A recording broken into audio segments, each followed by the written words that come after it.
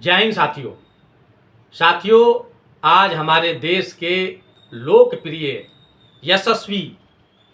और विश्व के मानचित्र पर भारत का डंका बजाने वाले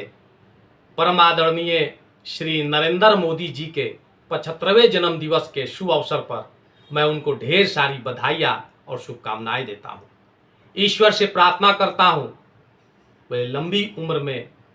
दीर्घायु हो, स्वस्थ हो और इसी प्रकार से देश के यशस्वी प्रधानमंत्री बने रहे। साथियों, भारत सरकार के 11 साल बेमिसाल,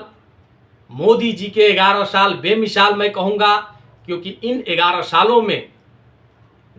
राष्ट्र और देश की सेवा में यह सरकार पूरे तन मन और निरंतर रूप से लगी रही। कई ऐतिहासिक बिल पास हुए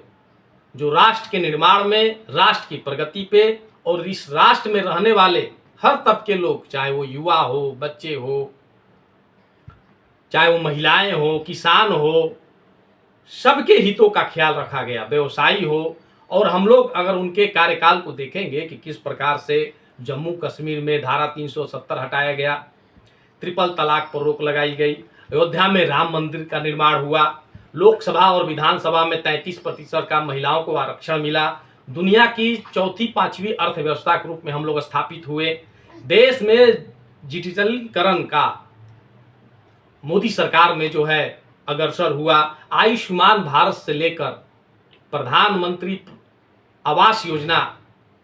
इनके कार्यकाल में चला, चंद्रमा पर चंद्रयान 3 उतारा गया, उसमें हम लोग कामयाब हुए, जीएसटी में सुधार किया गया, आयकर में छूट दी गई, कई तरह के आयाम बेमिसाल ऐतिहासिक बिल पास हुए जो देश की तरक्की और प्रगति के लिए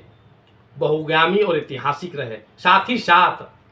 सर्जिकल स्ट्राइक से लेकर ऑपरेशन सिंदूर की गूंज, वीरता, साहस, शौर्य का पराक्रम, भारत का पराक्रम, सेना का पराक्रम पूरे देश ने देखा और इसकी गूंज गूंजती रही। साथियों, आज मैं कह सकता हूं कि देश की यह जो वर्तमान सरकार है, मोदी सरकार, देश के उन्नति और प्रगति के लिए निहायत ही जरूरी है। 11 साल बेमिसाल साथियों, और मैं ईश्वर से प्रार्थना करता हूं कि 11 साल और श्री नरेंद्र मोदी देश के प्रधानमंत्री बने रहें, ताकि हमारा भारत और भी महान बन जाए और भी विकसित करे। जय हिंद, जय भारत साथियों।